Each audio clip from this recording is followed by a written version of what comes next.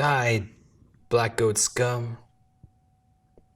Oh, uh, hey guys. Today I'm going to be teaching you how to beat up on Black Goat and all the other factions with the Crawling Chaos.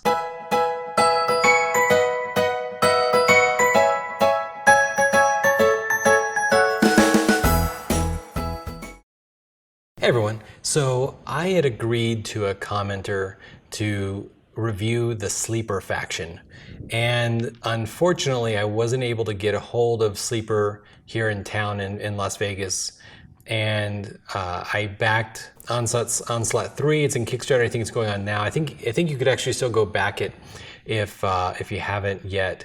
By the time this video posts, this is August. So otherwise, I'm basically waiting for my Sleeper box, which I hope it'll be this year. So until then, until I get a hold of it, I won't be able to do Sleeper faction.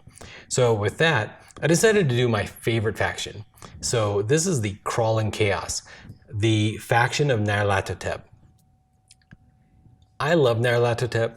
Nyarlathotep has a background of, in H.P. Lovecraft, basically he assumes many different shapes and forms. For example, he'll just like list off like, oh, I was known as Beelzebub and I was known as this and the pharaohs knew me and blah, blah. Like basically he's always around as basically the devil. And Stephen King, in a nod towards Lovecraft, he even had his villain, his devil, Randall Flagg, in The Stand. He listed other names he had gone by in the past, and one of the names was Nyarlathotep. So I think that was super cool. I love even the name because I love anything that's like ancient Egyptian related. And in this faction, he's the star. More so than anything else, he's the star. You need Nyarlathotep, that's how you win. Yellow Sign is also similarly, and I also really like Yellow Sign. But we'll go into it. So to start with, their faction ability is flight. So their units can fly 2 spaces whenever they move. And so they can cross over people. They also, just from where they start, they can go to any zone, because at least in the 3-player map, every zone is within 2 spaces. It's pretty amazing. It's crazy. So with that, the first place I would generally recommend for Crawling Chaos to start their first gate is probably Antarctica, right? You see Arctic Ocean. Number one, Yellow Sign likes Arctic Ocean because they start in Europe. It's just kind of natural for them. I mean, they can't move very far, but I would avoid putting gates in the ocean because it boosts Cthulhu later on in the game. And, well, actually always. So go to Antarctica. You're kind of far from everyone except Cthulhu, or go to North America if nobody's playing Sleepers. So that's pretty cool. You end up kind of being all over the place, and your units have some mobility powers in addition to flight. So yeah, just take advantage of it. That's their faction ability. You've got to use it if you want to leverage what you're given. Okay, so the first monster they have is called the Night-gaunts. So Night-gaunts cost 1 power, and they have 0 combat dice. Now this highlights sort of a problem with Crawling Chaos. They're sort of a combat faction. You're going to begin combat probably a lot with them. You need to be kind of aggressive. Generally, most of the factions have to be aggressive in Cthulhu, but their level 1 or cost 1 monster has 0 power, or I mean 0 combat dice. So what what do they do? Well, the thing that they do is, of course, they can fly 2 spaces. So that's, I don't know, South Atlantic. That's pretty cool. So they can fly 2 spaces, but they have 0 combat dice. So what you can do as a pre-battle, they can sacrifice themselves and force the faction they're fighting to sacrifice somebody as well. And so, of course, if you're fighting one person, they have to kill the one guy. That's it. The other thing, like say, like a faction like Black Goat, if they're here and let's say they want to do a gate, but you fly over, they have a hard choice. They can spend 1 power and attack you because Black Goat, if they have the Frenzy spellbook, they have 1 combat dice and you have 0 combat dice. But the problem is if they attack you, you're probably gonna sacrifice yourself, and then they have to sacrifice themselves. So they spent 1 power to lose their cultist, guaranteed. On the other hand, the alternative is they don't attack you, and then you capture them. So if you capture them, well, they're getting 1 less power next turn. They can't summon the cultist till next turn. You get 1 power. It's a lose-lose. All they can really do is retreat. So that's pretty nice. Night-gaunts also, they're only 1 cost and they have flight. So generally you're going to use them as meat shields with Nyarlathotep. And the nice thing about them is because of their ability, you're going to pull them in not to sacrifice themselves, but instead to just absorb kills. But if you need to, strategically, you can have them abduct people and help weaken the enemy. So that's the first spellbook for their cost 1 monster. Now the next monster is very interesting, flying polyps. Now these things are really creepy. Polyps are what you call the things that live inside coral reefs. So it's a polyp. Or alternatively, polyps, no, that's, I mean, why is this a flying polyp? I don't know. I don't remember the story that said flying polyps, but it's pretty creepy and they have these weird sharp mouths. They just want to eat stuff. Okay, so they cost 2 and they have 1 combat die. So that's about equivalent to the fungi from Yugoth, except fungi from Yugoth get a little bit cheaper with the right spellbook. On the other hand, what you get is you get invisibility. Now this is cool. Flying polyps, when I first started playing Crawling Chaos, I ignored the flying polyps. But actually, man, this is your go-to monster. This should be the monster that is doing stuff. We'll talk about hunting horrors. We'll talk about them, and they're great, and you want them, you need them basically like all the time. But flying polyps are the ones who do stuff, and this seems contrary. What is their ability? Invisibility. You select 1 monster or cultist from either faction per flying polyp present and exempt it. The selected unit takes no part in the rest of the battle. Okay, so how does that work? You have all your monsters in your home base. You fly over here and cultist. Now you don't have abduct. If the cultist attacks you, then you can exempt yourself or you can exempt the cultist. And let's say you exempt yourself. Now the cultist isn't fighting anyone. So the Black Goat player just paid 1 power and they can't kill you. Then on your turn, you're going to capture the cultist. They have a Dark Young. Well, and this is a little bit more, let's talk about other, because obviously you could exempt the Dark Young and then fight the cultist, except for the fact that with Black Goat, their cultist can actually fight back, and that kind of sucks. But if you have a Cthulhu player, then in this scenario, Cthulhu attacks your flying polyp, and you exempt the star spawn. You exempt the star spawn, and now his cultist has 0 combat die, and you just kill it. Probably you have 1 combat die at least. You're either going to paint it or kill it. So that's pretty cool, I think. You alternatively, you just, depending on how things go, maybe you just exempt yourself so that he can't. If he has a bunch of things, right? He has a Shoggoth, you just exempt yourself. He can't kill you. And he has to keep his monsters there. He moves his cultists back to Antarctica to summon another gate. You move there too. He can't kill you. All he can do, and this is why it's so important, is all the enemy can do is keep monsters with his cultists.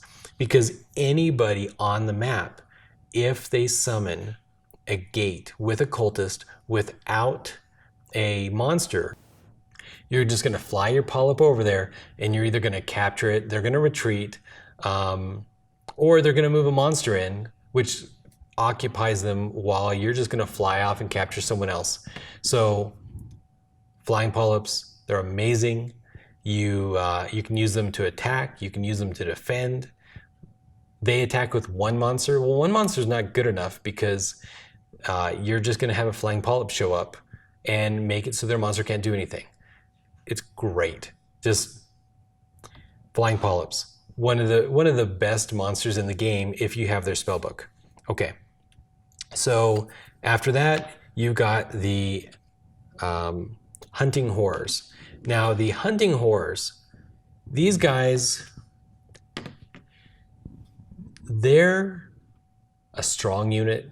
They're important, but I don't normally make actions with them. They're sort of my response. To me, very similar to the ghouls on Black Goat. So let's talk about what they do. So they cost 3, they have 2 combat dice, and that's fine. They fly because all your units fly. But what you have is you have Seek and Destroy. So as a pre-battle action, you move any or all of your hunting horrors from any area to the battle area. So you have a 0 combat dice, Night-gaunt, and Black Goat picks on you. Well, you're from anywhere on the map, your hunting horrors, suddenly, boom, they fly in. It's up to you. 4 combat dice versus his 3 combat dice.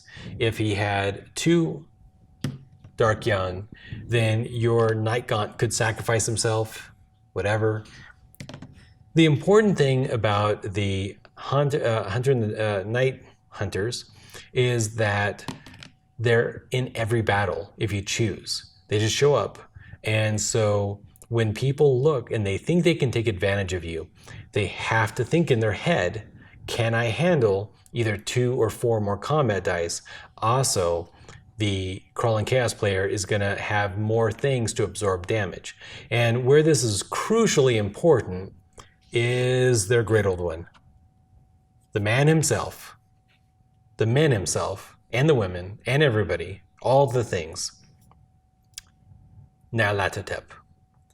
So Nyarlathotep, he costs 10. He always costs 10. He's one of the most expensive Great Old Ones. That's really his major negative. You do not want to let this guy die. Luckily, he's hard to kill. So 10 power, and he's going to have a number of combat dice equal to the number of spellbooks you have plus the number of spellbooks of the person you're fighting.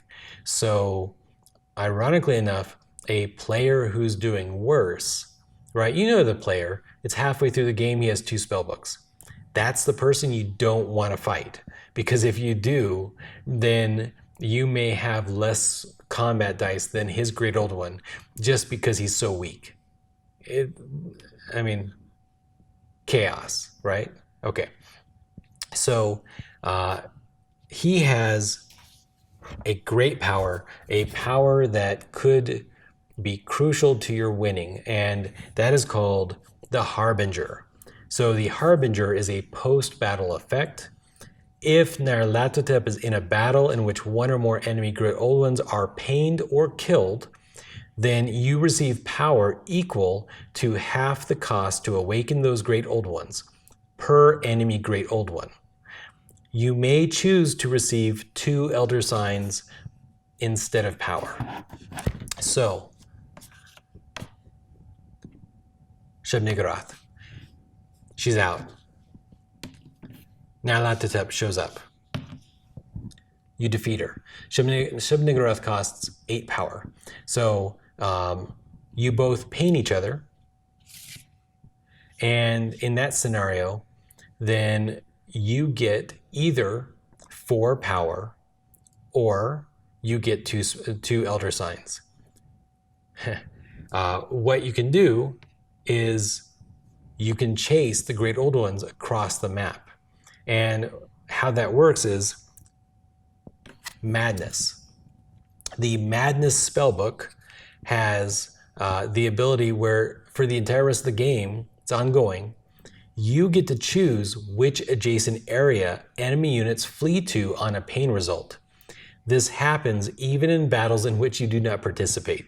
So in other circumstances, you're going to be splitting up people's armies.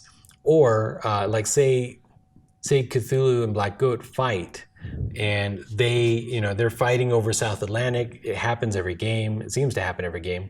And what you can do is you can choose your target. They, of course, they don't let their Great Old Ones die because they bring in other units to take those hits.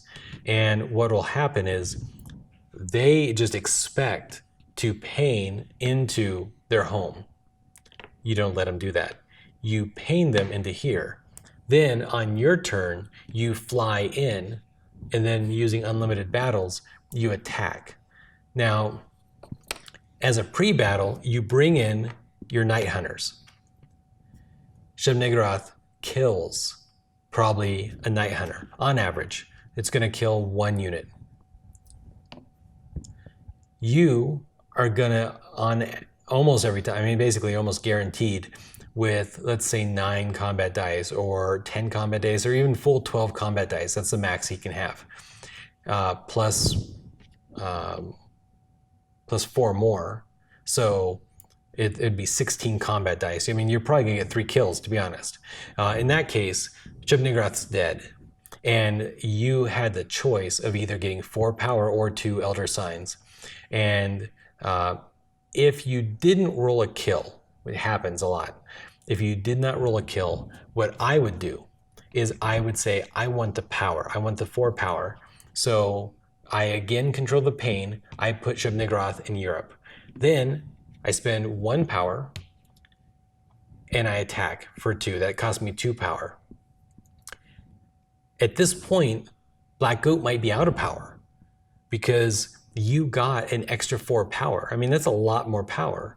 So you got an extra 4 power and your Night-gaunt shows up.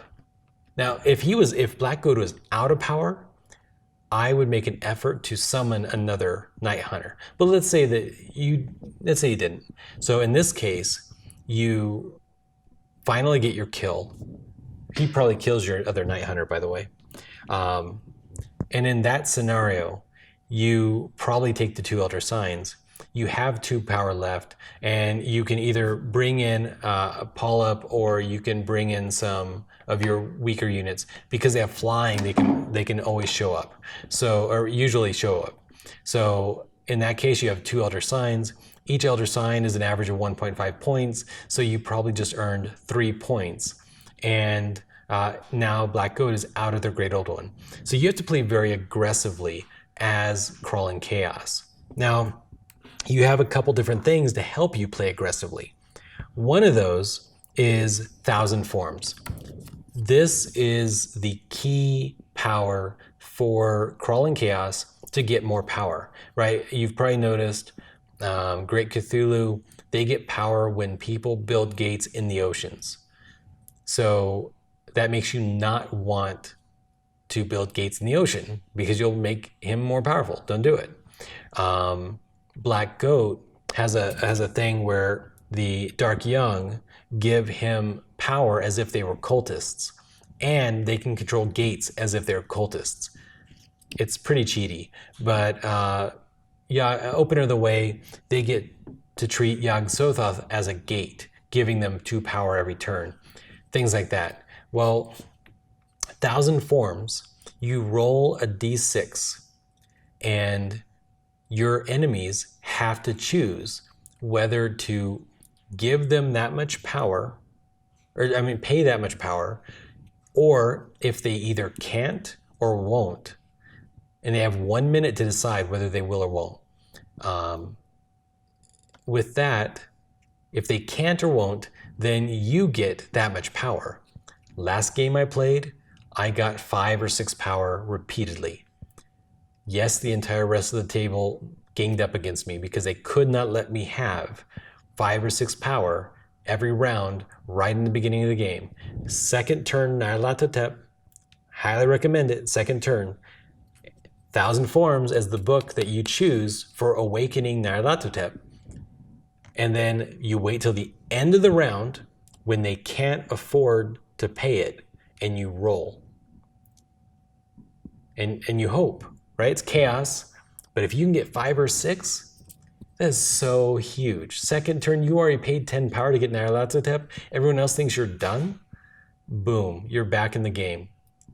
It was awesome. It was great. If they pay the 6 power, it helps put the game kind of even, because the problem with Crawling Chaos is you have in order to unlock one of your spellbooks, you need to spend 4 power. And to unlock another spellbooks, you have to spend 6 power, and combined that's 10 power less than that you have than anybody else in the game. Everybody has some sacrifice things. Yellow Sign gives points to other people, and Black Goat has to sacrifice cultists. Nobody sacrifices like Crawling Chaos, at least that I can think of. So you need the power. Now the problem for Nyarlathotep is he needs Nyarlathotep in order to use 1,000 Forms. So if you let Nyarlathotep get assassinated, and trust me, a posse will form, and those sheriffs are going to come to your little region, and they're going to hunt Nyarlathotep down. Okay, now there is another spellbook Nyarlathotep can use to help defend himself, and that is called Emissary of the Outer Gods. It is a post-battle effect. Unless an enemy Great Old One is involved in the battle, any kill inflicted on Nyarlathotep becomes a pain. So you can use it defensively, right? A bunch of Dark Young show up. They're like, we don't like you in this town. You're trouble. Now Nyarlathotep's like, I don't want trouble. I just want to kill your leader. And they're like, nope, bunch of kills. You don't care. They're pains. You control all pains. You split these guys up. You just wander back over there, and then you send your posse. Boom. Done. That's great. That's how it's supposed to work. If a Great Old One's there, then it doesn't protect you, right? But otherwise, it's very hard. You can't kill Nyarlathotep easily without a Great Old One. And if a Great Old One is there and you pain them, you get half their cost as power, which could help you to bring Nyarlathotep back, or give you signs. Elder signs. So those are the spellbooks. Those are the key to the game. I didn't talk too much about Madness other than you control pains. But the flip side of Madness is that, the flip side of Emissary of the Outer Gods is that you can use it aggressively by having Nyarlathotep wander the world, just wrecking people, because he doesn't care, right? Normally, people don't have a Great Old One just moving from place to place to place because the risk of losing your Great Old One is too high. Meanwhile, for Nyarlathotep, number one, he's got the Night Hunters in his back pocket. So if somebody tries to jump him with a Great Old One, he'll just bring in the Night Hunters and hope that they don't get 3 kills. Otherwise, everybody has to either retreat or risk death because you're controlling the pains, you're controlling that you don't die. It's pretty crazy. Now, in my games, I typically, number one, I get ganged up on it, more so as Crawling Chaos than any other faction. And I get ganged up on it in most. But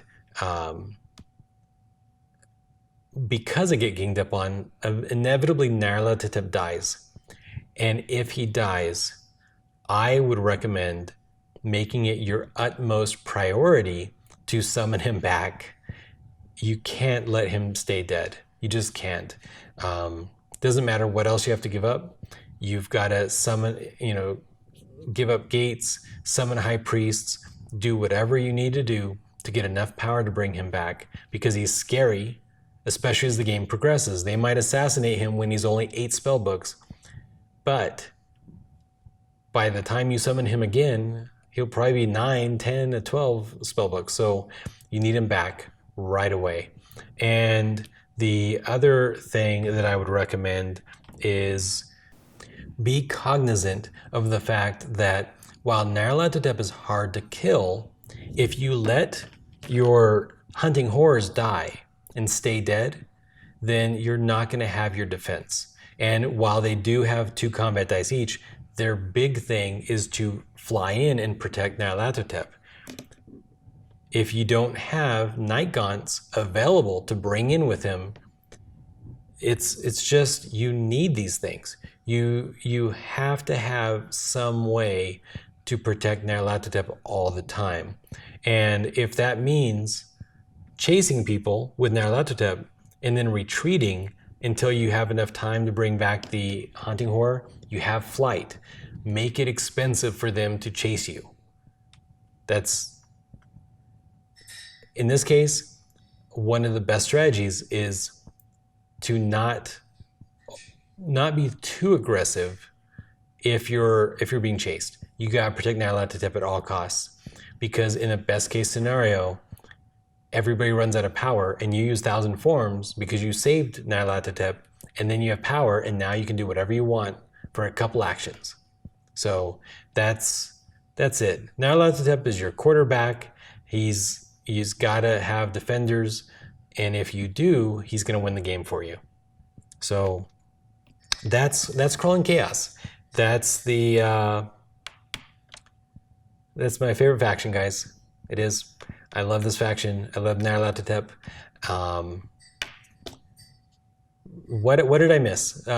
Post down below whatever you think that I didn't add, or maybe I didn't clarify properly. I tend to kind of move the minis randomly sometimes, guys, so I appreciate you calling me out on it. I'm trying not to move them in a way that implies cheating or using a rule wrong. So hopefully I did a little bit better this time. And with that, I look forward to seeing your Crawling Chaos strategies and using them in the next game that I play. I always appreciate it. Thanks, guys. Bye.